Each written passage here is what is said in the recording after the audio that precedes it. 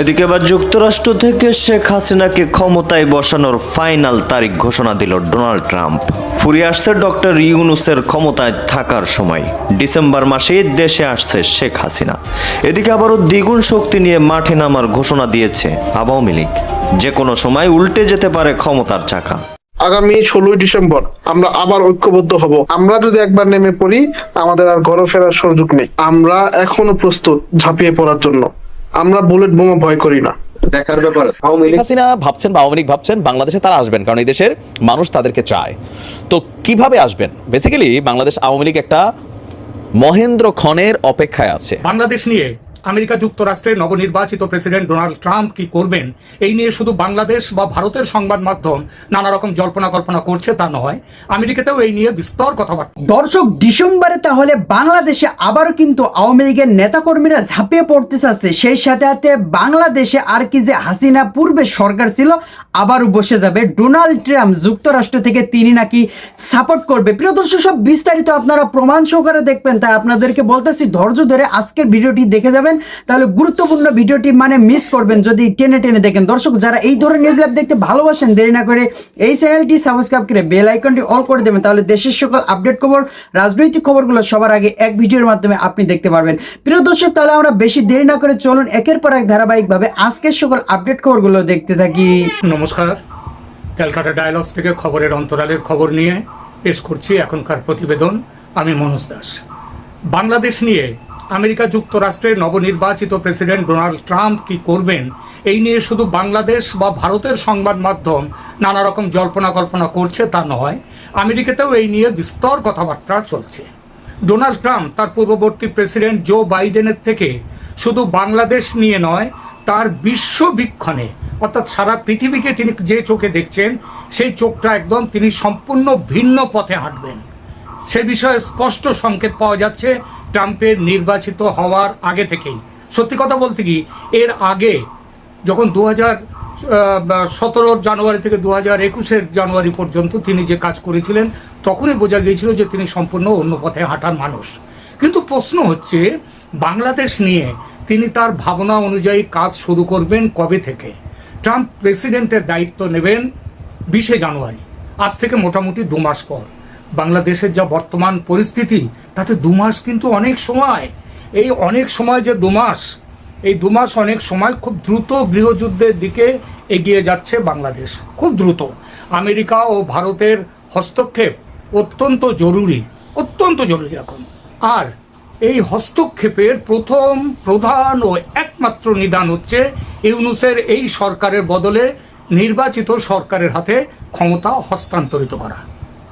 এই ক্ষমতা নির্বাচিত সরকার মানে নতুন করে নির্বাচন হওয়া, নাকি পদত্যাগ না করা বৈধ প্রধানমন্ত্রী শেখ হাসিনাকে ফিরিয়ে নিয়ে এসে তাকে দেশ শাসনের দায়িত্বে বসানোর মাধ্যমে করতে চায়, সেসব নিয়েও শুরু হয়েছে। অর্থাৎ এই দুটো পন্থা নিয়ে আমেরিকা যে স্পষ্ট মত প্রকাশ করেছে এ বিষয়ে তা নয়, তবে ট্রাম্পের পক্ষের যেসব থিঙ্ক ট্যাঙ্ক আছেন, তাদের বিভিন্ন জনের সাম্প্রতিক সময়ে করা বিভিন্ন মন্তব্যে সংকেত মিলছে ট্রাম্প প্রশাসনের মনে কি আছে সেই কথা।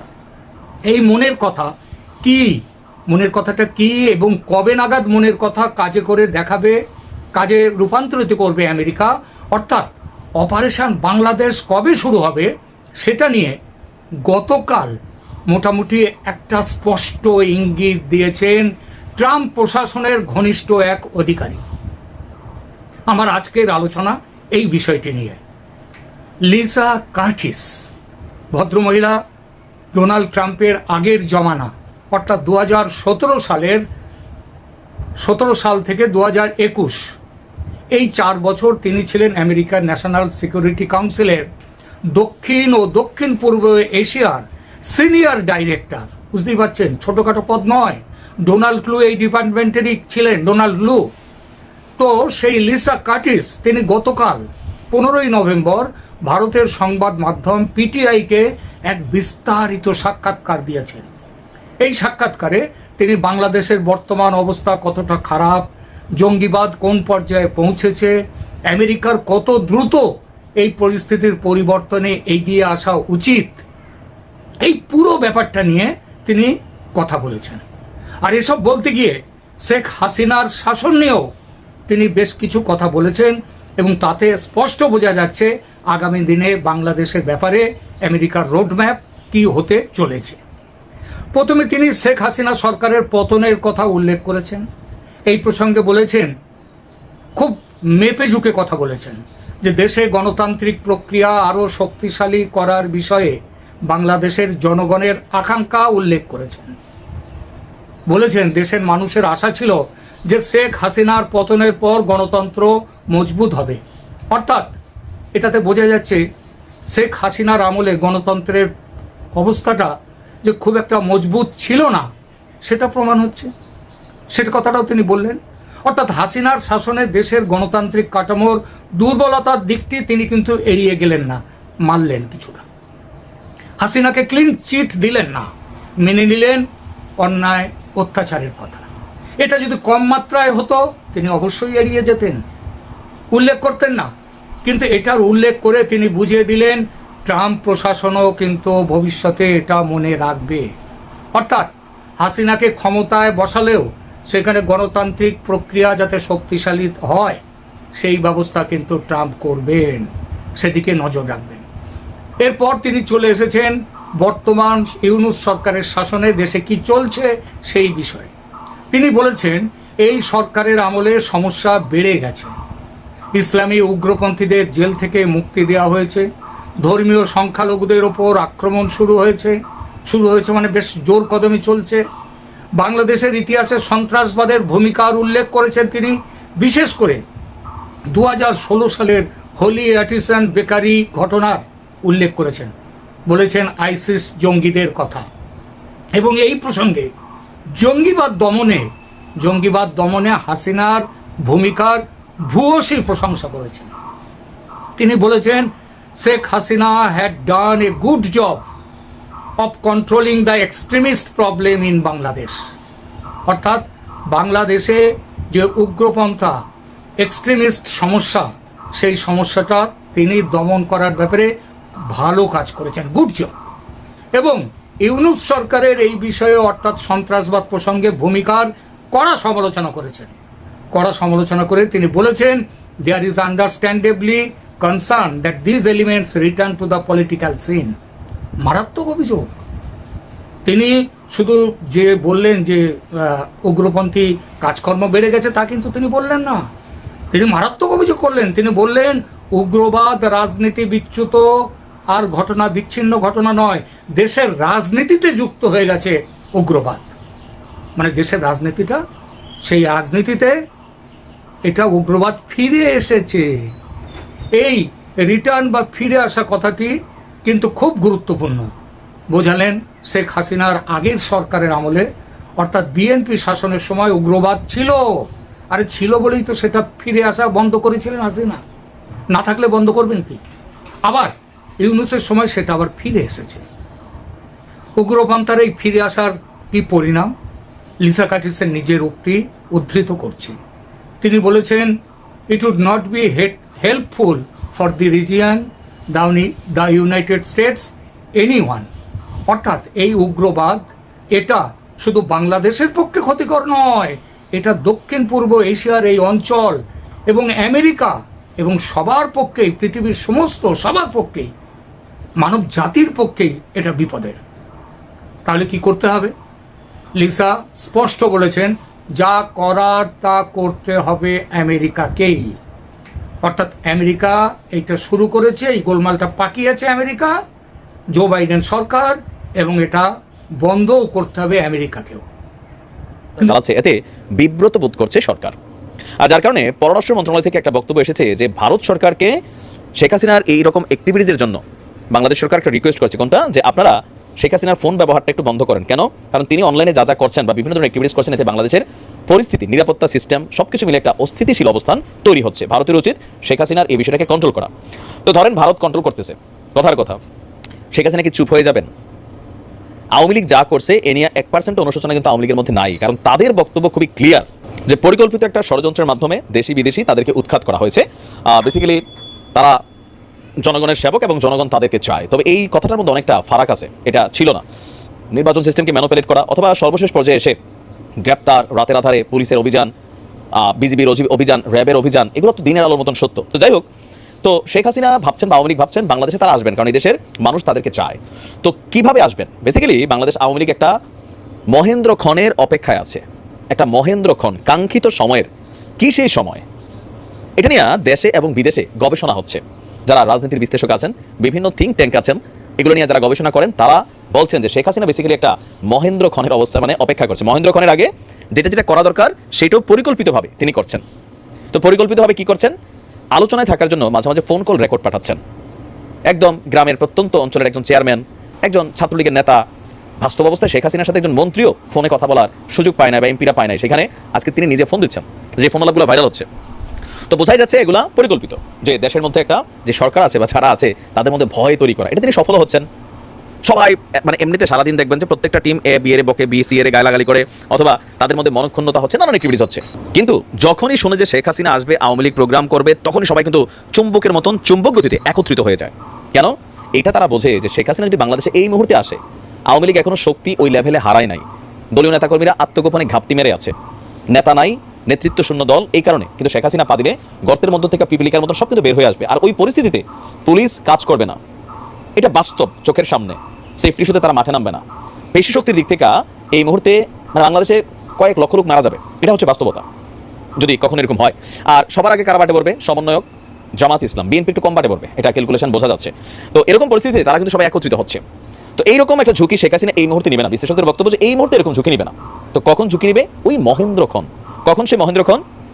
বিভিন্ন কারণে, বিভিন্ন ইস্যুতে ডক্টর মোহাম্মদ ইউনূসের এই সরকার, অন্তর্বর্তী সরকারটা যখন দুর্বল হয়ে যাবে, অন্তর্বর্তী সরকার যখন ব্যর্থ হয়ে যাবে, এই সময়টার জন্য আওয়ামী লীগ ঘাপটি মেরে বসে আছে।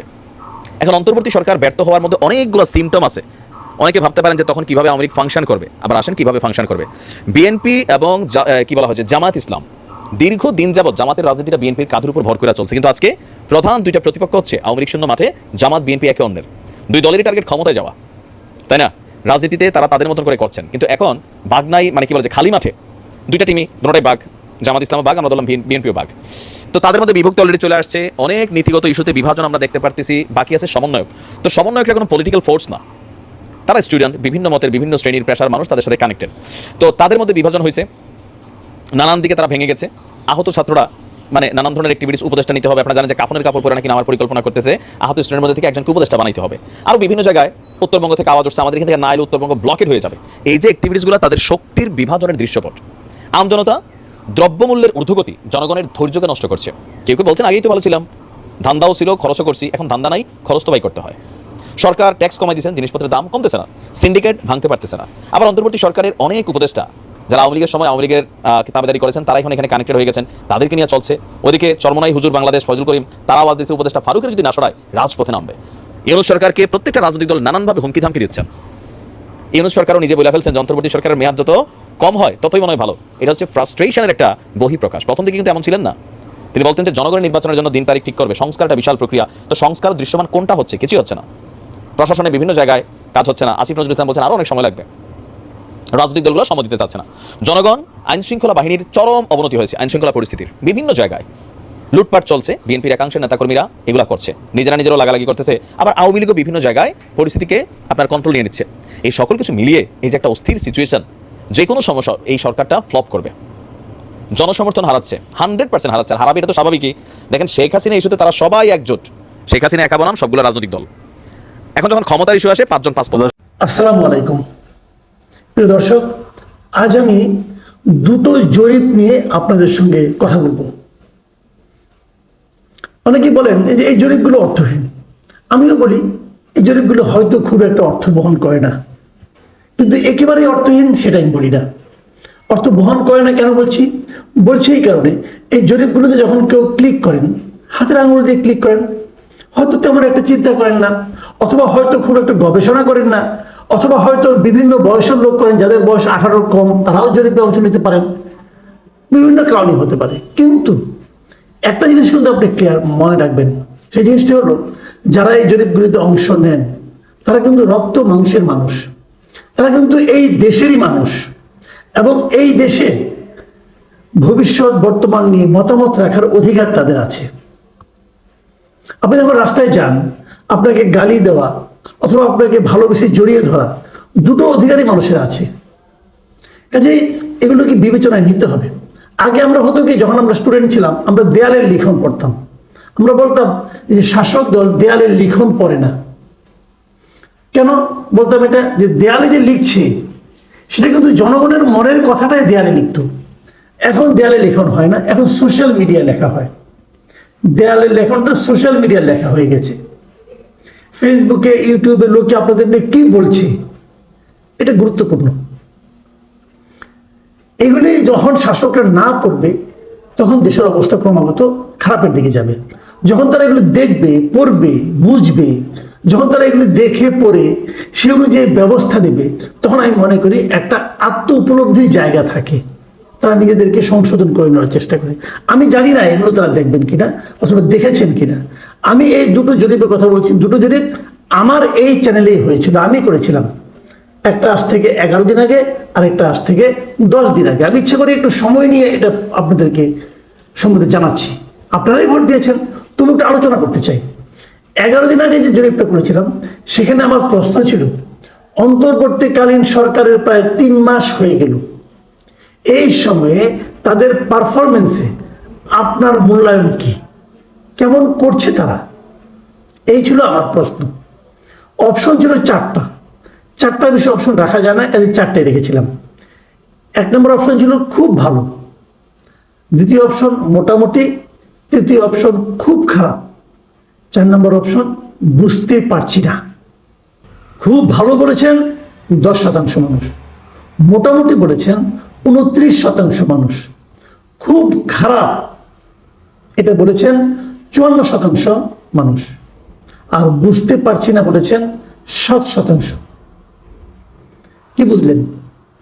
তার মানে অর্ধেকেরও বেশি মানুষ বলেছেন খুব খারাপ। কত লোক ভোট দিয়েছিলেন এখানে? 82,000 লোক ভোট দিয়েছিলেন। আপনারা দেখুন, এখানে গোপনের কিছু নাই, দেখুন লেখা আছে 82,000 লোক এখানে ভোট দিয়েছিলেন। তারা বলেছেন খুব খারাপ অবস্থা। এখানে 2000-এর মতো লোক কমেন্ট করেছেন। দেখুন, কমেন্টটা করতে কিন্তু লিখতে হয়। আমি এই কমেন্টগুলো আপনাদের একটু পড়ে শোনাবো, এবং এই পড়ে শোনানোর জন্য আমি কিন্তু বেছে বেছে কমেন্ট করে নিয়ে নিই। আমি র্যান্ডমলি যে কোনো এক জায়গা থেকে কয়েকটা কমেন্ট আমি জাস্ট স্ক্রিনশট নিয়ে নিয়েছি। মানে এগুলো এভাবেই ছিল, এগুলো আমি নিজে ম্যানেজ করিনি, আমি বেছে বেছে আপনাদের বোঝানোর জন্য করিনি। র্যান্ডমলি নিয়েছি এই কারণে যে তাহলে আপনারা বুঝতে পারবেন মানুষ কি বলতে চাচ্ছে, তাদের পারফরমেন্স সম্বন্ধে কে কি বলেছে আপনাদের আমি একটু পড়ে শোনাই। একটা হলো সুমিত্রা রিচ, তিনি লিখেছেন, প্রতিহিংসার রাজনীতি মনে হচ্ছে, দেশ কিভাবে চলছে নজর নাই। তারপরে বিজি টিপস হাউস লিখেছেন, জঘন্য নামে একটি অপশন দিলে ভালো হতো। মানে আমি জঘন্য নামে কোনো অপশন দিইনি, বলেছিলাম খুব খারাপ। উনি চাচ্ছেন যে জঘন্য নামে একটা অপশন দিতে হতো। তারপরে লিখেছেন, এই জরিপের ফলাফল নিয়ে একটি ভিডিও দিবেন। দিচ্ছি ভাই আপনার কথা অনুযায়ী।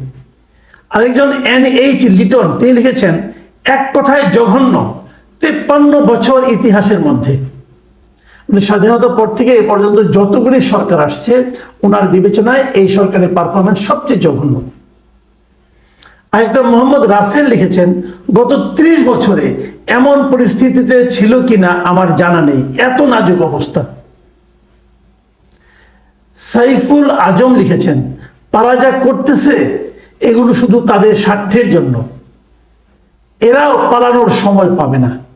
ভেবে দেখুন প্রিয় দর্শক, একটা বিপ্লবের মাধ্যমে একটা সরকার ক্ষমতায় বসেছে, 3 মাসের মাথায় সেই সরকারের পারফরমেন্সের প্রতি সাধারণ মানুষের মূল্যায়নটা দেখুন। দেখুন, এইগুলো পড়তে আমার ভালো লাগছে না কিন্তু, কারণ আমি বারবার বলেছি আমি চাই যে এই সরকারটা সফল হোক, কারণ এটা আমাদের সরকার।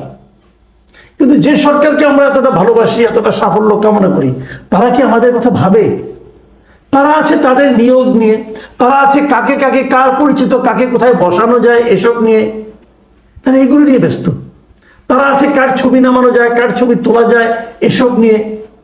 তারা আছে কাকে জেলে ঢোকানো যায়, কোন 72-এর জন্য নামে মামলা দেওয়া যায়, এগুলো নিয়ে। এই তো হচ্ছে প্রতিহিংসার রাজনীতি চলছে।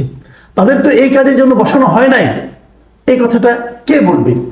আমার দ্বিতীয় যে প্রশ্নটা ছিল 10 দিন আগে যেটা জরিপটা, সেটা এখন বলি। সেখানে প্রশ্নটা ছিল অন্তর্বর্তীকালীন সরকারের প্রায় 3 মাস হয়ে গেছে, এরই মধ্যে তাদের দক্ষতা সম্পর্কে ধারণাও পাওয়া গেছে। এই সরকারের আর কতদিন থাকা উচিত বলে আপনি মনে করেন? এই ছিল প্রশ্ন। মানে আপনি এই সরকারকে আর কতদিন রাখতে চান, অথবা কতদিন তাদের থাকা উচিত বলে বলছে। এখানে 4টা অপশন ছিল: 1 বছরের কম, 1 বছরের বেশি, 2 বছর এবং 3 বছর। দেখুন কি হয়েছে। 1 বছরের কম সময় দিতে চেয়েছেন 65% মানুষ, মানে অর্ধেকের চেয়ে অনেক বেশি। 65% মানুষ, 3 ভাগের 2 ভাগ, 65% মানুষ বলেছে তারা চায় যে এই সরকার যেন আর বেশি দিন না থাকে। মানে 1 বছরের কম সময় তারা এই সরকারকে দিতে চায়।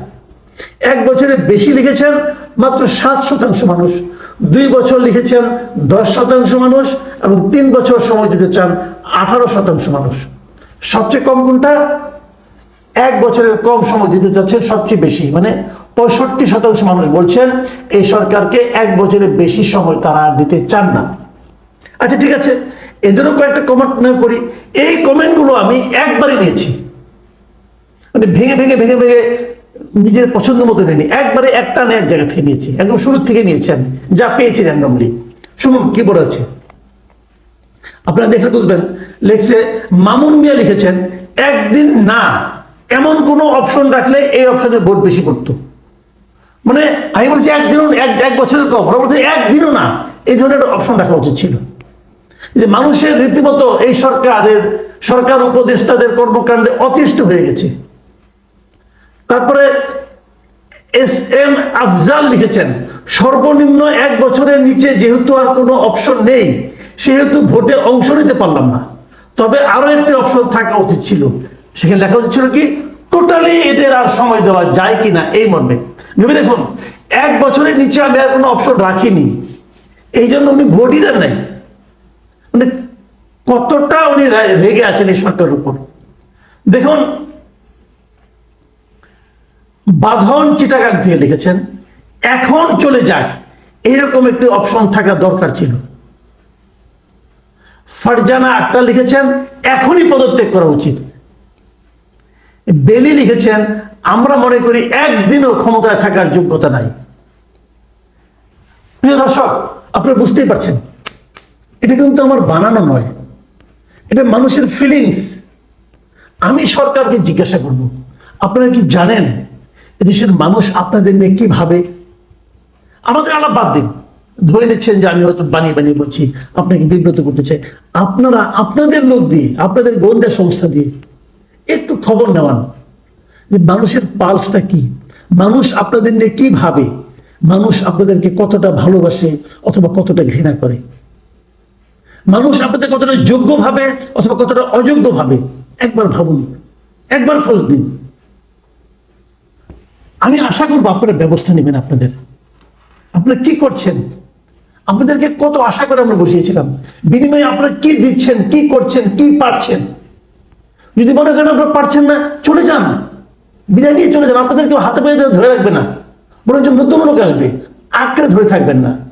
আঁকড়ে ধরে থাকলে কি পরিণতি হয় সেটা নিশ্চয়ই আপনারা ভুলে যাননি। প্রিয় দর্শক, আমরা আশা করব সরকার নিজেদেরকে সংশোধন করে নেওয়ার চেষ্টা করবেন। আমি জানি না আমার এই আশা কতটুকু ফলদায়ক হবে, কিন্তু আশা করতে তো দোষ নেই। আশা করি। এখন এই পর্যন্তই। প্রিয় দেশবাসী, আপনারা যে যেখান থেকে ভিডিওটি শুরু থেকে শেষ পর্যন্ত দেখেছেন, আপনাদেরকে অসংখ্য ধন্যবাদ জানাই। দর্শক, আপনাদেরকে আরেকটা রিকোয়েস্ট করতে চাই, যারা এই ধরনের নিউজ ল্যাব দেখতে পছন্দ করেন, দেরি না করে এই চ্যানেলটি সাবস্ক্রাইব করে বেল আইকনটি অল করে দেবেন। তাহলে দেশের সকল আপডেট খবর এবং রাজনৈতিক খবর সবার আগে এক ভিডিওর মাধ্যমে দেখতে পারবেন। তাহলে দর্শক শ্রোতা সবাই ভালো থাকবেন, সুস্থ থাকবেন। দেখা হবে পরবর্তী নেক্সট কোনো নিউজ অথবা দেশের কোনো আপডেট খবর নিয়ে। আসসালামু আলাইকুম।